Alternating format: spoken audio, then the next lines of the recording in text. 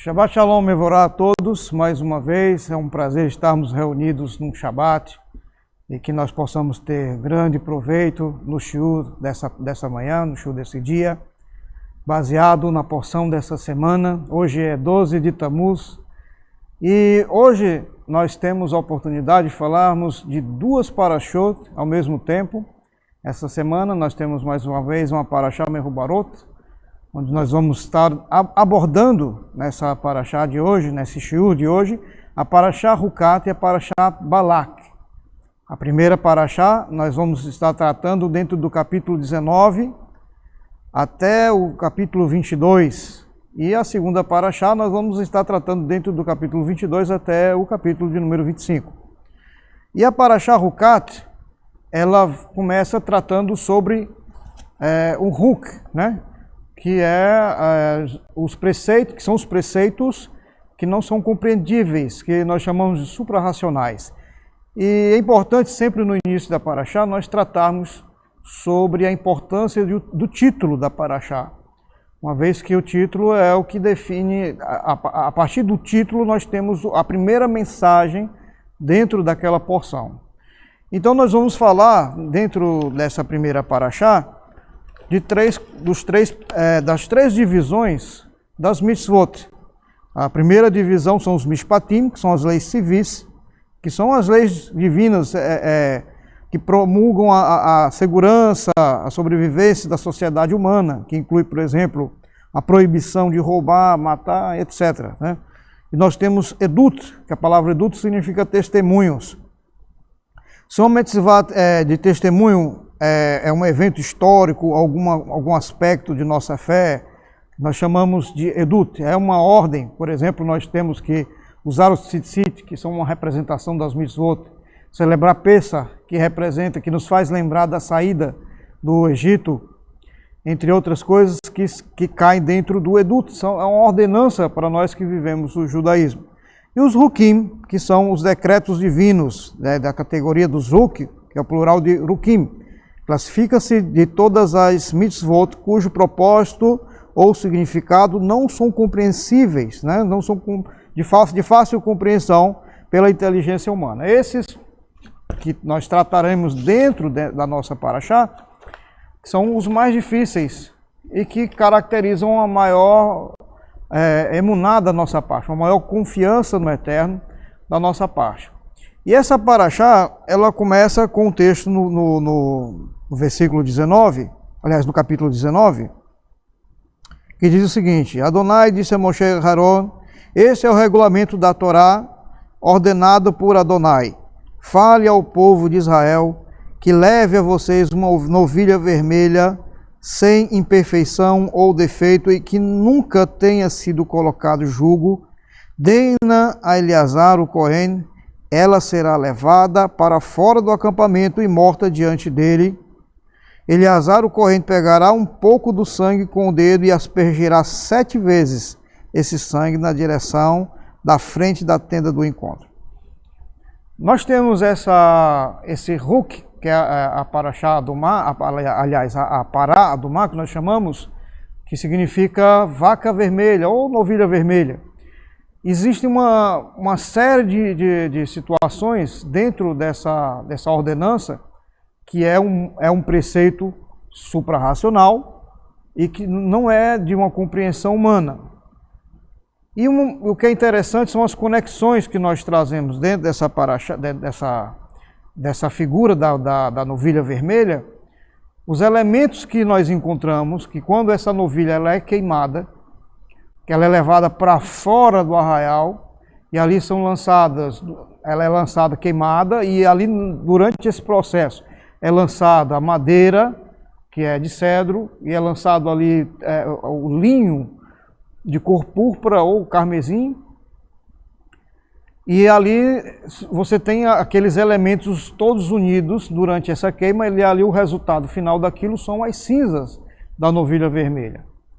E essas cinzas, é importante frisar, que elas não têm validade.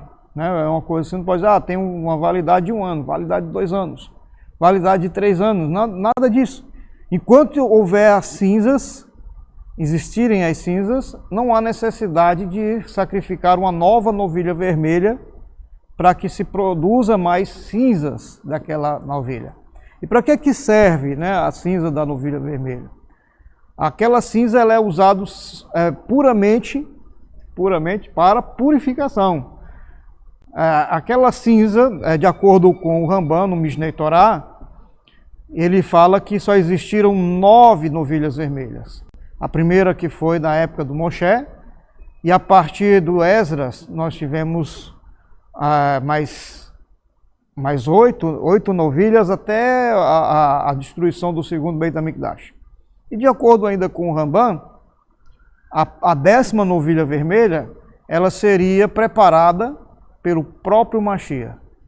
Não seria um absurdo nós dizermos que o próprio Mashiach, uma vez que nós cremos que Yeshua é o Mashiach, ele teria sido a própria novilha vermelha.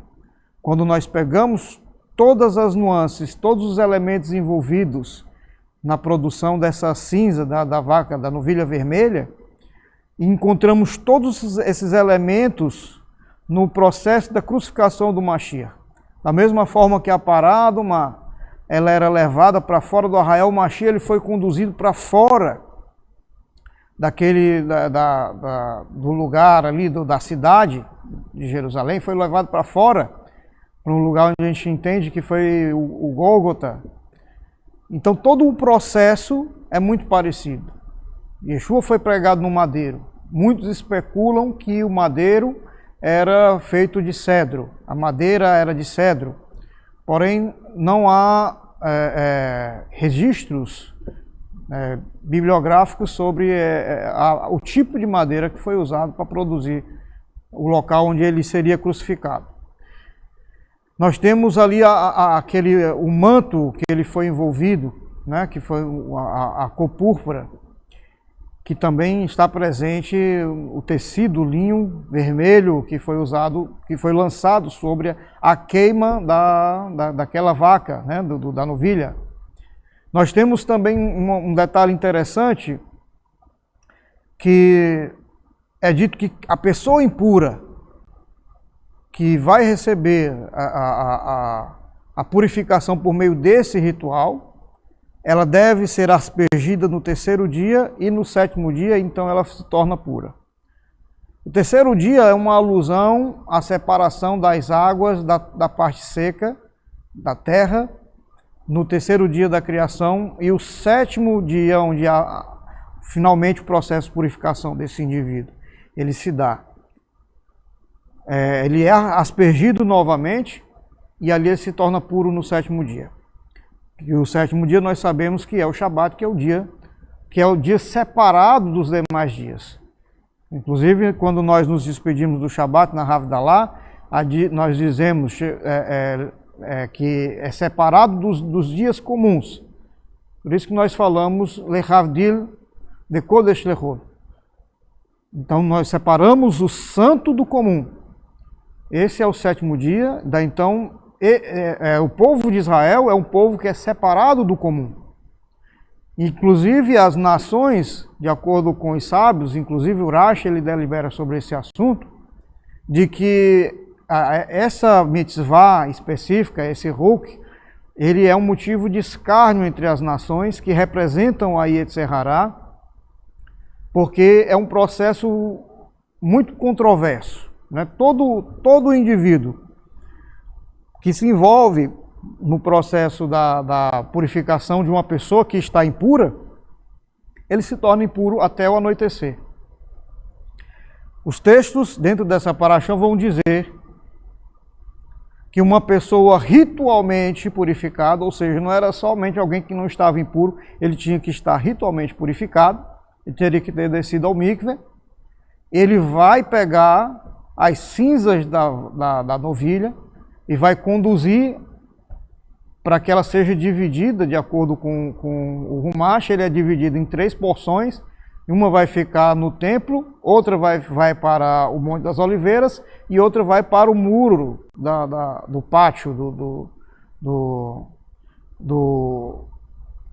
templo. E essa pessoa que pega, que faz o traslado dessa cinza, ele se torna impuro. Da mesma forma, a pessoa que vai pegar a cinza e aspergir sobre a pessoa que está impura, ao fazer isso, ela também tem que estar ritualmente purificada, e ao fazer isso, ela também se torna impura até o anoitecer. E o que é interessante é que o outro elemento que é jogado junto ali no fogo, quando a parada do mar está sendo queimada, a novilha vermelha está sendo queimada, é o hisopo, que era um elemento também que fez parte do processo da crucificação. Quando o Mashiach sentiu sede, alguém foi lá, uma vara com hisopo. O hisopo era uma folhagem que tinha o poder de absorver líquido, então era muito usado como esponja naquela época. Então aquela esponja, né, o hisopo, ela foi utilizada para poder embeber e dar vinagre para o Mashiach. E o hisopo ele também era lançado no fogo durante aquele processo de queima na produção da cinza. Então nós vemos aí muita relação entre a parada do mar e a figura do Mashiach. E o que é interessante é que o hisopo, ele era utilizado agora também para ser, aquela cinza ela era misturada com água, e após essa mistura, essa água não é uma água comum, o texto em hebraico vai dizer Maim Haim, que significa águas vivas, ou seja, se é a água de um poço, de uma nascente, não é uma água qualquer, é o mesmo tipo de água que é utilizado numa mikve, que não pode ser uma água qualquer. Daí então aquela cinza ela é misturada naquela água, o hisopo ele é embebido naquela água e é feita a aspersão sobre a pessoa que está impura, para que ela se torne pura. E a pessoa que faz esse processo também de jogar a água preparada na pessoa que está impura, ela vai se tornar impura até o anoitecer. O que é uma representação muito forte aqui do Mashiach? Que o Mashiach, ele tomou sobre si as nossas iniquidades. Ele se tornou impuro para tornar puras as nações. Então nós vemos que a parada do mar, ela não é que você possa dizer, ela é uma libação de perdão de pecado. Nós não podemos dizer exatamente isso. Ela é uma libação de purificação de pecado, representado através dessa questão do indivíduo pegou num defunto, uma pessoa que morreu, em algo imundo, e aí ela se tornou impura e agora ela vai ser aspergida e vai se tornar pura. Então o Mashiach ele é uma figura de pureza. Ele vem trazer a pureza, por quê? Porque o Mashiach ele é a Torá viva. E a Torá ela é um elemento, ele é um veículo, ele é uma ferramenta de pureza para a humanidade. Porque se toda a humanidade vivesse dentro da Torá, nós teríamos o Olam Rabá na Terra. Nós estaríamos vivendo no Olam Rabá. Então a parada do mar, quando ela junta todos esses elementos, e agora nós vemos aqui o Rambam falando que existiram ao longo de toda a história 9, mas somente 9, nós vivemos tanta coisa para só ter existido 9 novilhas vermelhas. Nós temos que entender uma coisa que está dentro dessa paraxá. A nossa paraxá ela vai dizer que o indivíduo que ele adentrava o Beit HaMikdash, o templo, sem passar por esse processo de purificação, uma vez que ele se tornou impuro, ele e a descendência dele seriam extirpadas do povo de Israel. Ou seja, ele perde a descendência dele. Não é que ele vai ser morto, mas que a partir dali algo vai acontecer e a família dele vai ser apagada. Não vai haver uma reprodução familiar, alguma coisa vai acontecer que ele vai ser apagado da história do povo de Israel.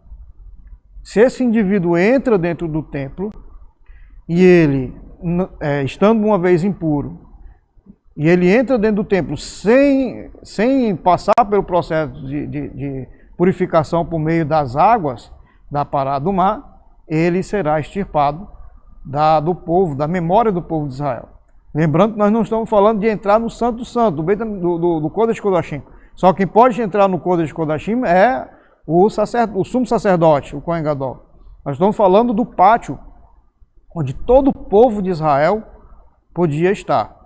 E é interessante porque o Mashiach, ele esteve no pátio do templo, ele esteve no Monte das Oliveiras, e ele esteve como um sacerdócio para os dias de hoje. Ele é o sacerdote das nações. E é interessante quando nós vemos que a cinza ela era dividida em três. Uma ficava no Beit HaMikdash, outra ia para o pátio e outra era lançada também, outra era levada para o Monte das Oliveiras, justamente os locais onde o Mashiach andou. Quando nós pegamos todas essas nuances da figura do Mashiach e da Pará do Mar, e nós associamos a informação que o Ramban dá sobre a última novilha seria preparada pelo próprio Mashiach, não seria exagero nós dizermos que o próprio Mashiach foi a novilha.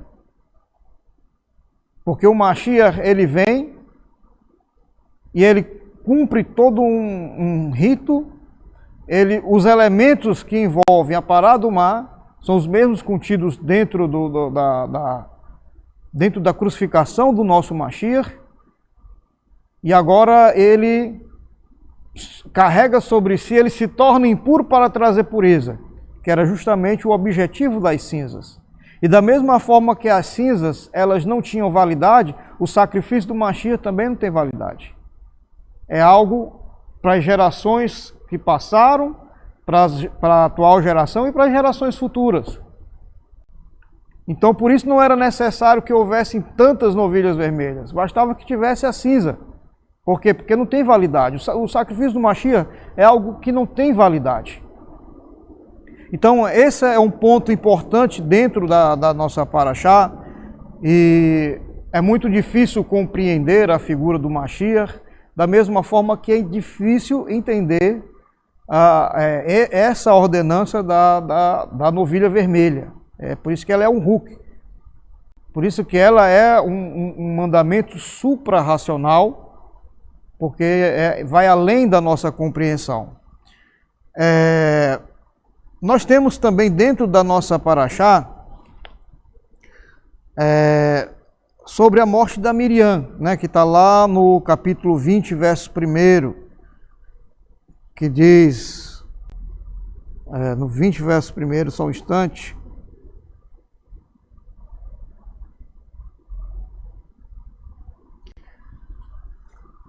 E o povo de Israel e toda a comunidade entrou no deserto de Sim no primeiro mês e permaneceu em Cádiz. Miriam morreu ali e foi sepultada neste lugar. Pelo fato de a comunidade não ter água, eles se reuniram contra Moshe e Aharon, e o povo discutiu com Moshe e disse: nós preferimos ter morrido quando nossos irmãos morreram diante de Adonai. Os sábios ensinam que a Miriam, ela era uma grande tzadeket, era uma mulher justa, e pelo mérito de Miriam existia uma fonte, e nessa fonte se dividiam 12 caminhos de água por onde as tribos de Israel, eles tiravam a água que precisavam. E de acordo com Urash, dentro dessa nossa realidade, dentro da nossa Parashá, Moshe ele recebe uma ordenação, uma ordem da parte do Eterno, onde ele vai agora falar com a pedra, ele vai até a fonte de Miriam, e entre as pedras existe uma pedra específica de onde jorrava água. E Moshe tem que falar com essa pedra, e de lá iria sair água. Porém, o que nós vemos é outra coisa. Moshe, ele se indigna e fala: por acaso tirarei água para esses rebeldes, para essa nação rebelde? E ali ele bate uma vez na pedra e bate uma segunda vez na pedra. De acordo com o Humash, ele não sabia exatamente qual era a pedra, e por isso houve ali um deboche por parte do povo de Israel, e ali ele ele se enfurece e chama o povo de rebelde. E ali ele bate numa pedra aleatoriamente, sem saber qual era a pedra. Daí então, na segunda vez, na primeira vez sai pouca água e na segunda vez sai bastante água. Daí então, por essa razão, foi chamado Merivá, que é águas das contendas, né? E nessas águas ali, ele deveria glorificar o nome do Eterno da forma como o Eterno solicitou, que o nome dele deveria ser glorificado por meio daquele evento, e que na verdade houve uma desobediência por parte de Moshe. E de acordo com os textos da Torá, foi esse o motivo pelo qual Moshe deixou de entrar na terra prometida, na terra de Canaã. É interessante que no Midrash,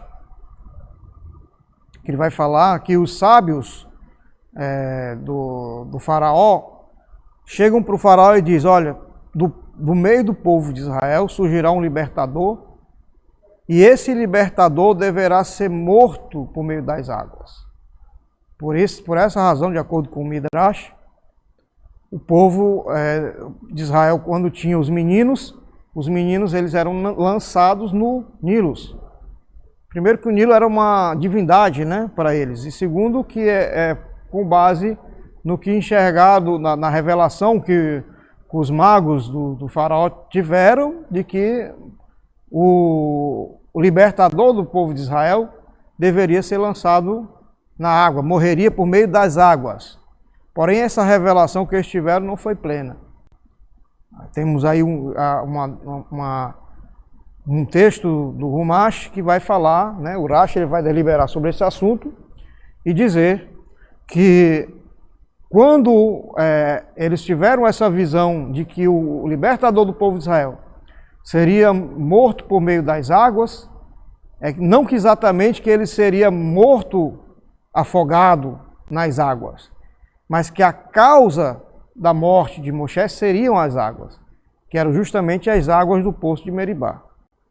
Ou seja, são as águas da contenda. Nós podemos identificar aqui, primeiro, que Moshe ele não dava credibilidade ao povo que ele conduzia. Ele chama o povo de rebelde.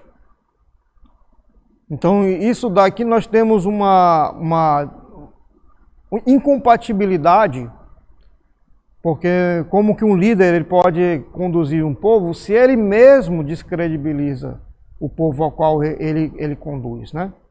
Nós, graças a Deus, Baruch Hashem, na nossa comunidade, nós vemos nossa liderança, nós temos uma confiança muito grande nos nossos membros, nos nossos irmãos, na nossa comunidade. Nosso rabino sempre se alegra muito na disponibilidade que o nosso povo tem, sempre de estar fazendo uma tzedakah para as obras, por isso nós temos avançado, Baruch Hashem. E assim tem que ser um líder, né? O líder ele precisa crer que aquele povo, ele está sendo conduzido de fato por ele. Arrebanhar um povo é justamente fazer com que aquele povo ele seja visto como um povo que segue o seu líder. Isso é papel da liderança. Então essa foi uma falha, né, que o Moshe ele comete, agiu no calor das emoções, estava enfurecido. E o detalhe interessante que nós podemos trazer é porque lá em Êxodo 17:6, o Eterno ele manda que Moshe bata de fato na pedra. Houve um episódio parecido com esse lá em Shemot 17:6. E ali ele vai e faz da forma como o Eterno manda fazer. Então por que agora, perguntam os sábios, por que agora teria que ser diferente e agora Moshe vai ser penalizado porque ele bate na pedra como ele fez lá em Êxodo 17? Porque na verdade nós temos aqui nós temos uma representação, uma mensagem mental que o Eterno está dando para o povo. Essa geração que estava com Moshe, nesse evento das águas da contenda, já era uma segunda geração dentro do deserto, né? O povo que saiu Aqueles que presenciaram a água saindo no capítulo 17 de Êxodo, era a primeira geração de escravos. Então era um povo que estava acostumado a ver as coisas aconteceram após serem forçados a fazer algo. O comando que fazia as coisas se materializarem eram através de coisas materiais, era através da força. Porém, essa geração, que agora era uma geração com uma nova mentalidade, que não eram mais escravos, a mensagem do Eterno que agora, por meio da comunicação, por meio do relacionamento, e a palavra davar, como no hebraico do Tanar, significa coisa, mas também significa palavra, por meio da palavra as coisas vêm à existência. Então esse é um significado muito profundo, pela qual Moshe não poderia ter batido naquela pedra. Porque o Eterno está agora transmitindo para o povo que agora vocês são um povo livre e que agora o que vai garantir, assegurar o sucesso da caminhada do povo de Israel agora é justamente a comunicação, o relacionamento com Deus e a materialização por meio da fala, porque a fala é algo sagrado. A fala é algo sobrenatural e foi dada somente ao homem. Então, por meio disso, e não mais por meio da força, porque a força ela representa a alma animal, porque por meio da força você trata com os animais, mas por meio da comunicação, por meio do relacionamento, você trata em sociedade. Observe. Nós temos um processo de aperfeiçoamento da humanidade, onde em tempos atrás existiam escravos. Porém, é impensável falar de escravidão hoje. Porque nós estamos num processo de aperfeiçoamento, o Eterno está nos elevando, o Eterno está nos preparando para o Olam Rabá. Porque essa mentalidade de livre é a mentalidade de que crê na palavra. Faremos e ouviremos. Nascer venishma. Então, a mensagem principal dessa questão da pedra era justamente que nós agora não somos mais escravos das coisas materiais, dos desejos, da carne que nos aprisionavam na questão sexual, dos vícios, das orgias. Nós estamos livres disso. Nós agora somos mantidos pelo Eterno por meio da nossa relação com Ele, e nos relacionamos por meio de algo divino, por meio da comunicação. Era um sinal para o povo: olha, vocês são uma nova geração, vocês não são mais escravos. E agora Moshe, ele perdeu a oportunidade que o Eterno estava dando para ele de transmitir tudo isso para o povo. E agora nós vemos que, mesmo sendo um povo que não está mais sendo escravizado pelo Egito, pelo faraó, pelo Misraim, é um povo que cai em escravidões, vamos dizer, voluntárias. O povo ele cai em escravidões voluntárias porque a natureza da humanidade é uma natureza escrava. E esse fato de Moshe ter falhado, ele agiu de forma animal. Moshe ele agiu de forma física, batendo na pedra, sabendo que não deveria ter feito isso. Aí você vai dizer: mas por que Moshe, o Eterno diz, Moshe, leva o teu cajado, vai lá e fala com a pedra. Moshe coloca o cajado do lado, o Eterno ele coloca o cajado do lado de Moshe, para que o próprio Moshe, ele naquela situação, ele pudesse ser testado dentro do seu arbítrio, dentro da sua capacidade de fazer o certo ou o errado. A mesma coisa, por exemplo, que você testar uma pessoa que é viciado em doces e colocar os doces ali do lado dele, você diz: você não pode mais comer doce, porque agora sua glicose está muito alta, e ele saber que aquilo não é mais coisa para ele fazer, é uma liberdade, isso é provar para si próprio a sua força. Como a gente sempre fala, que o forte, é aquele que se domina. Então, ser forte é se autodominar.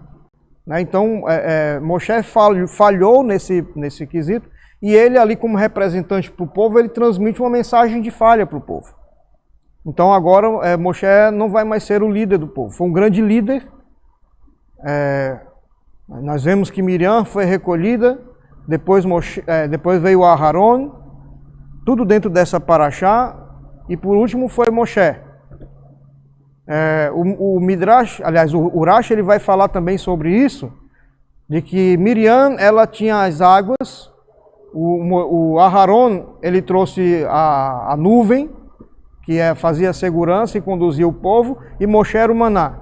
Então, quando morre Miriam e morre Aharon, a nuvem sai e a água para. Porém, de acordo também com Urash, ele intercede junto a Deus, e aí o Eterno manda ali um resquício da nuvem e providencia água por meio da pedra. Só que agora, com a morte do Moshe, lá na frente, também o maná vai parar. Então nós vemos aqui que uma característica do líder é que o líder ele é visto sempre como um provedor. Então o Moshe ele estava sob pressão. Antes que nós venhamos querer crucificar Moshe pela falha que ele cometeu, temos que entender que Moshe estava numa situação difícil.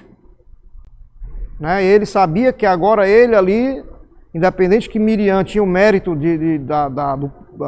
da nascente, que provia água para o povo, independente que Miriam já tinha morrido, ele tinha que prover. Então ele estava sob pressão, Moshe estava sob pressão. Então essa questão das águas de Meribá, ela vem colocar, para nós encerrarmos esse assunto das águas de Meribá, que essa foi a profecia, essa foi a revelação que os videntes do faraó tiveram, das águas que mataria o libertador do povo de Israel. Na verdade, o que matou o grande libertador do povo de Israel não foi água, não foi afogamento, mas foi a contenda, foi a ira que matou. Como nós vemos, o que destruiu o primeiro Beit HaMikdash, o que destruiu o segundo Beit HaMikdash, foi o ódio gratuito, foi a falta do respeito, que foi, de acordo com alguns sábios, de que o que causou a morte dos discípulos do Rav Akiva, que não havia respeito entre eles. Então, nós vamos ver que o nosso lado animal é que causa a nossa morte, é o que causa a nossa escassez, é o que atrapalha a provisão da nossa vida. Então, nós já encerramos esse ponto, e agora nós podemos falar que ainda dentro dessa paraxá, o povo murmura, né? Começa a vir perseguição, né? Nós temos aí alguns reis que se levantaram contra o povo de Israel. Nós vamos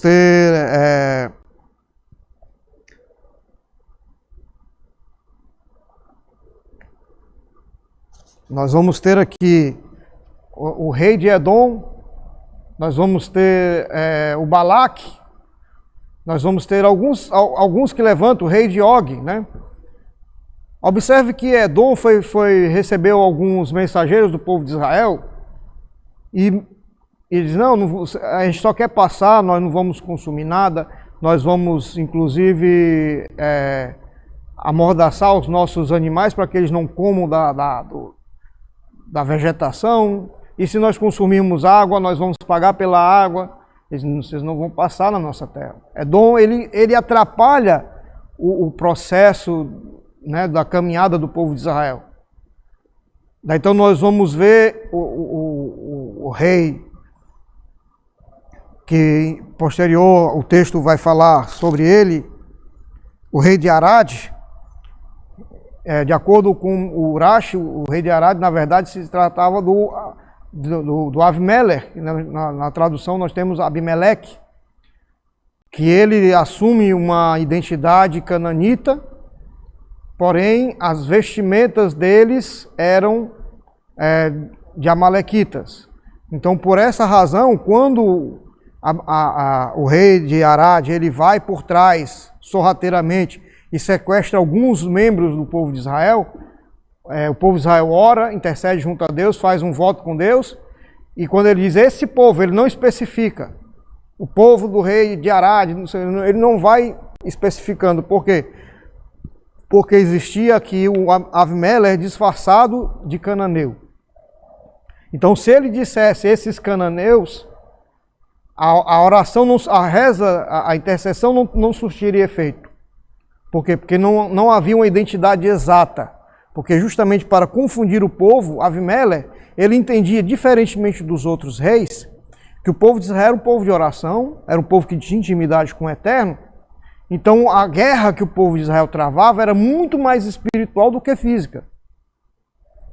Então quando nós vemos o Avimelech, primeiro nós identificamos o povo de Israel ao longo da sua história, ele sempre foi perseguido, até os dias de hoje, e sempre os que perseguem o povo de Israel, eles começam disfarçadamente, só atrapalhando, e simplesmente atrapalham. Eles não fecham um acordo com o povo de Israel. Veja hoje, se a gente olhar para a geopolítica, é assim.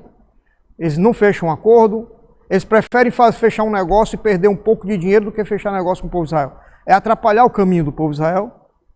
Então, quando observa-se que não surtiu efeito aquilo, aí eles começam agora a agir de forma sorrateira, apunhalando pelas costas. Que foi o que aconteceu com o rei de Arad, que na verdade era Avimelech.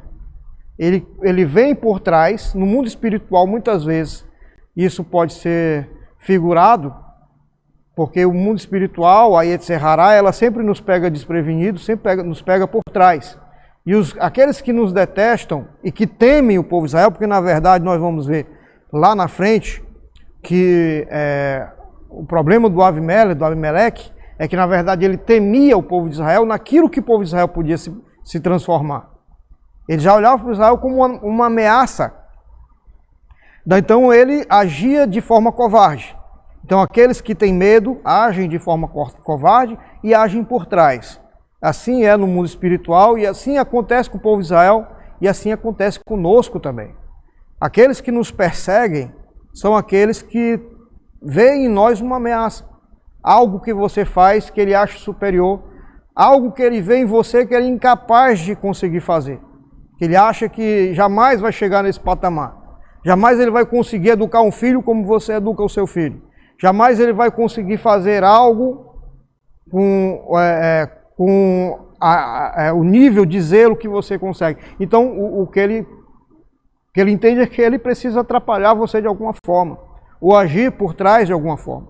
E a gente está sujeito a isso nos ambientes sociais onde nós estamos. E nós vemos isso no povo de Israel. O povo de Israel, o que motivou o nazismo na época da Segunda Guerra Mundial, não foi simplesmente o fato de um maluco querer dizimar o povo judeu, fazer uma limpeza étnica. Não foi só isso. Aquele ódio estava incutido no povo alemão, porque eles estavam perdendo os melhores empregos para o povo de Israel. O povo de Israel estava conquistando prestígio. Na época também da Inquisição, aconteceu a mesma coisa. O rei de Portugal queria o povo de Israel ali, porque aquele povo de Israel era importante para a nação de Portugal na época.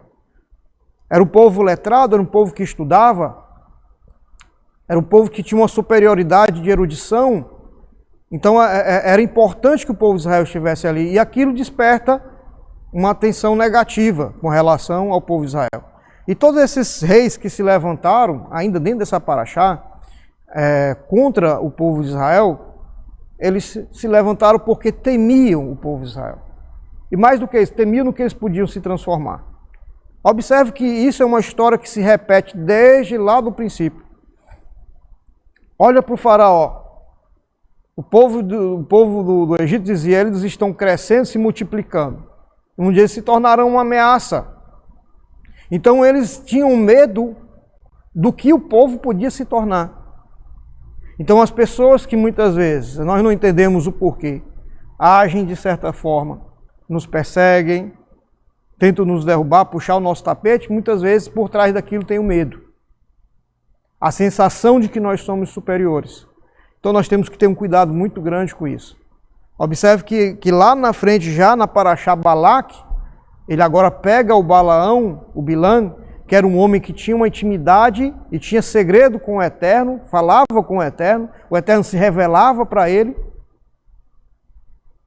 E o Avimelech, ele conhece tanto que a guerra do povo espiritual a guerra do povo de Deus é espiritual, que ele luta com outras armas, né?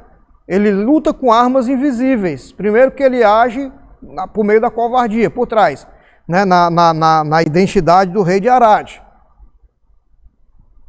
E lá na frente, quando ele se revela, agora como inimigo do povo de Israel na Parashá Balaque, que ele pega e chama o Bilã para amaldiçoar o povo de Israel, agora ele está agindo por meio espiritual, através de um homem que tinha segredos espirituais, que era o Bilã, porque ele sabia que fisicamente, materialmente, não dava para lutar essa guerra contra o povo de Israel. Então, se hoje nós entendermos isso, nós vamos entender que a guerra que nós lutamos, e muitas vezes a gente olha muito fisicamente para essa guerra, para essa situação, nós vamos lutar ela muito melhor se nós irmos para o campo espiritual. Se nós entendermos que nós vamos lograr vitória muito mais facilmente se nós espiritualizarmos as nossas lutas, as nossas guerras. Diz que Og era gigante. Nós temos vários gigantes. Nós temos muita coisa para enfrentar. E se nós enfrentarmos elas a princípio no mundo espiritual, nós vamos vencer facilmente no mundo físico. Então eu gostaria de encerrar com esse pensamento, queridos, de que nós possamos, primeiro, entender o comportamento social do mundo, de que aqueles que estão dentro de uma pureza, o mundo ele se sente atraído negativamente. Atraído negativamente é uma coisa bem estranha de se falar, mas você nunca vê uma coisa suja se sujando, porque ela já está suja. Mas as coisas que estão limpas, as coisas que estão purificadas, a sujeira se adere facilmente a elas. E o mundo ele quer se aderir a nós e nos tirar a nossa pureza. E esse comportamento social que nós vemos, a distorção que o mundo está vivendo hoje, né, a inversão de valores, todo esse tabu que tem se criado, questões sexuais e tudo mais, na verdade é justamente para atrapalhar esse processo de purificação que nós temos buscado. E esse ódio gratuito, esse Sinat Hinam, que tem nos rodeado, seja no trabalho, onde você estiver, que você não entende por que isso, é porque há esse sentimento e o povo de Israel sabe muito bem o que é enfrentar isso, porque o povo de Israel enfrenta isso até os dias de hoje. Esse Avimelech que age por trás, esse Avimelech que sabe que só pode derrotar você se ele abalar você espiritualmente. Nós precisamos entender isso. Se nós entendermos isso, nós seremos sempre bem-sucedidos, Baruch Hashem. Espero ter contemplado e trazido algo que traga edificação para a vida de cada um de vocês. E desde já, meus queridos, uma Shavua Tov e Shabbat Shalom mais uma vez.